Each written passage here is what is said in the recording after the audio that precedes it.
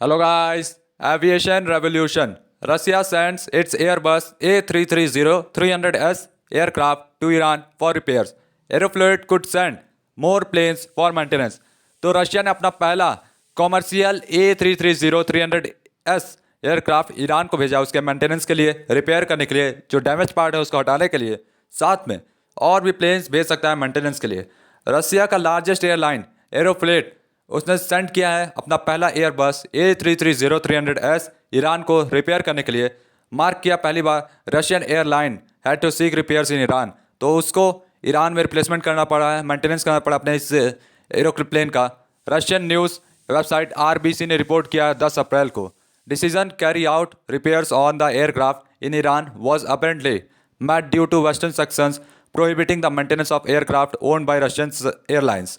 तो रशिया ने जब से यूक्रेन के ऊपर हमला किया है तो वेस्टर्न कंट्रीज़ ने और दुनिया के बहुत सारे देशों ने पाबंद लगाए हुए उसके ऊपर, इसीलिए वो अपने एयरलाइंस का जो एरोप्लेन उसके पास है उसका मेंटेनेंस नहीं कर पा रहा, उसको उसके पार्ट्स नहीं मिल रहे हैं। तो इस कारण रशिया को कॉमर्शियल फ्लाइट्स के लिए प्रॉब्लम हो रही है।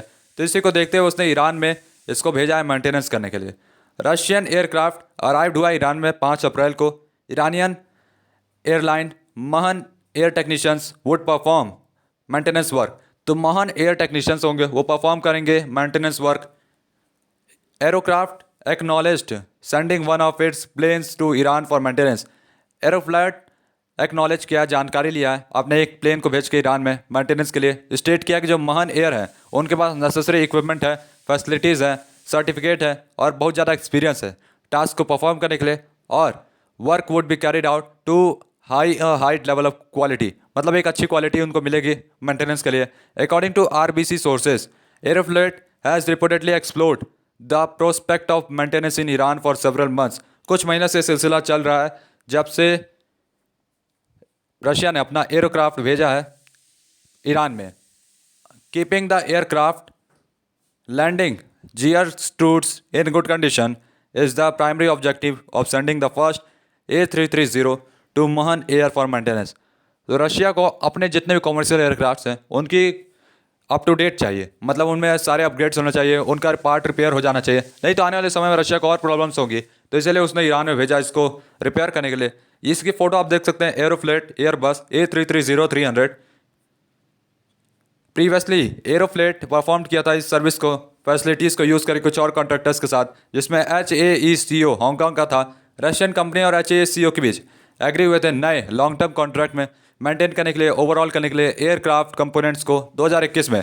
लेकिन इंटरनेशनल सेक्शंस imposed हो गए मॉस्को पे in retaliation for its invasion of Ukraine have impacted several aspects including providing repair services and replacement component to Russian airlines.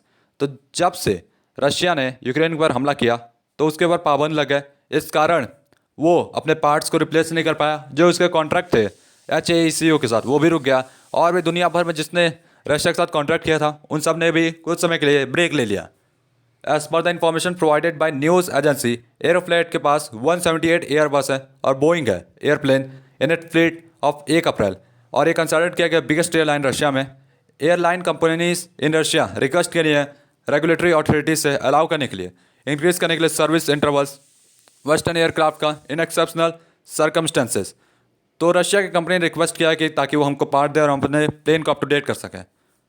Proposal already submit हो चुका है फेडरल एयर ट्रांसपोर्ट एजेंसी को और federal service को for the supervision of transport.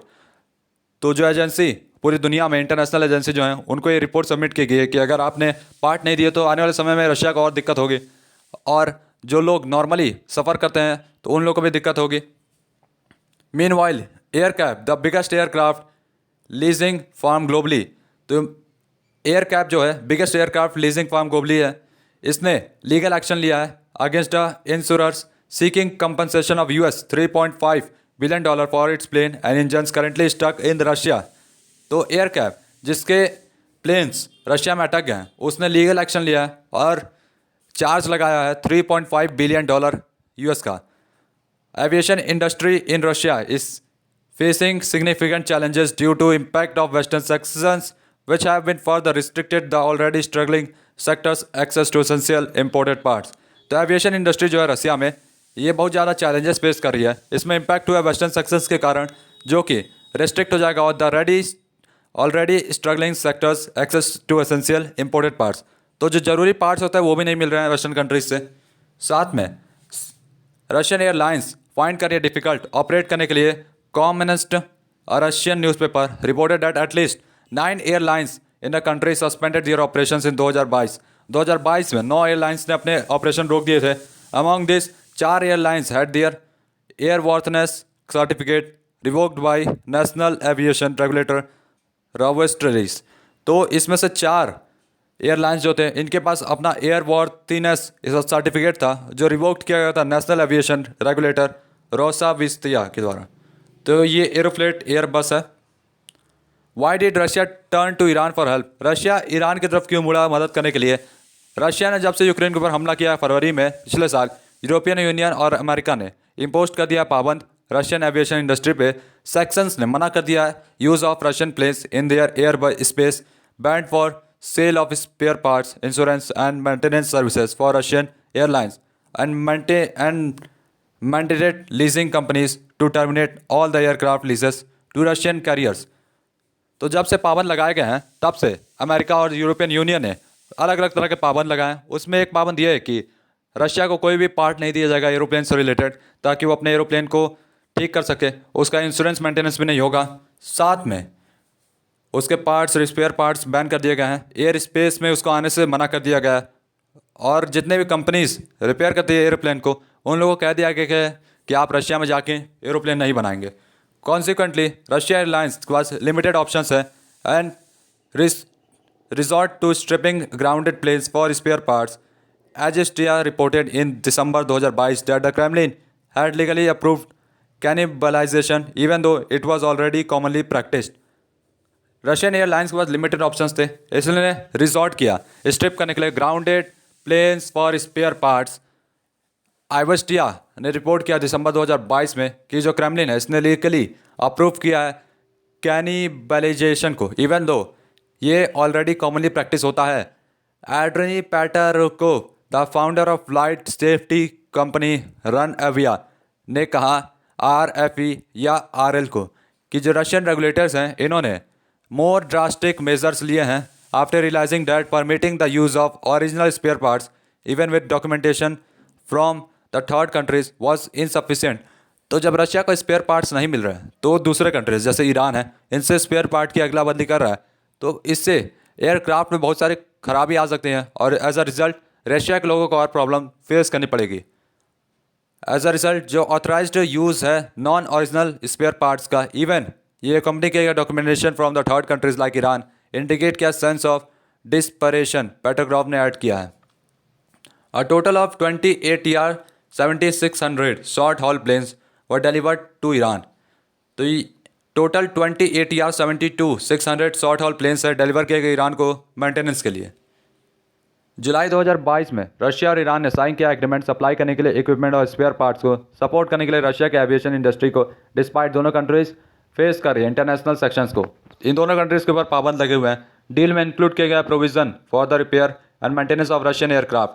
तो इसमें repair होगा, साथ में मेंटेनेंस होगा एयरक्राफ्ट का। ऑल दो ईरान के पास स्ट्रॉन्ग फोर्ट होल्ड नहीं है एविएशन इंडस्ट्री का, ईरान इन सब काम में ज़्यादा लगा नहीं है, लेकिन यह मेंटेन कर सकता है, ऑपरेट कर सकता है कुछ ओल्डर वेस्टर्न एयरक्राफ्ट को despite facing similar sanctions as those impose on Russia. जैसा ईरान पे लगा है वैसा रशिया पे भी लगा है, लेकिन तब भी ईरान रशिया की मदद कर सकता है एयरक्राफ्ट के कंपोनेंट को रिप्लेस करके। Iran unable to purchase new aircraft और spare components from the international manufacturer for several years owing to different international sections. However, the country's airlines have continued operating by utilizing some aircraft for spare parts. Iran purchase नहीं कर पा रहा नए aircraft को या spare components को international manufacturer से कुछ सालों से, क्योंकि उसके ऊपर भी सेक्शंस लगाए गए, लेकिन तब भी कंट्रीज़ के एयरलाइंस कंटिन्यू चल रही हैं यूटिलाइज कर कुछ पुराने पार्ट्स स्पेयर पार्ट्स। ऑलमोस्ट 100 में से 250 एयरक्राफ्ट है ईरान में, उसमें से 100 ईरानियन एयरलाइन फ्लीट में ग्राउंडेड किए गए 2018 में due to maintenance issues of cannibalisation for spare parts. तो 100 एयरक्राफ्ट जो हैं उनके मेंटेनेंस नहीं हो पाया, इसलिए वो ईरान में ग्राउंड किए गए हैं, नीचे रखे गए हैं फालतू में खड़े हैं, जंक लग रहा है उनमें।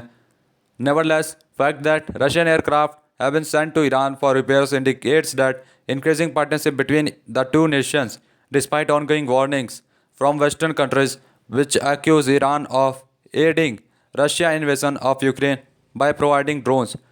तो रशिया की मदद की थी यूक्रेन ने युद्ध में। आप लोग जानते होंगे गाइस कि मैंने एक वीडियो में बताया था कि ईरान ने अपने नए ड्रोन बना लिया है और पुराने ड्रोन्स जो थे उसके पास उसने रशिया को बेच दिए हैं ताकि रशिया यूक्रेन के ऊपर ताबड़तोड़ हमला कर सके।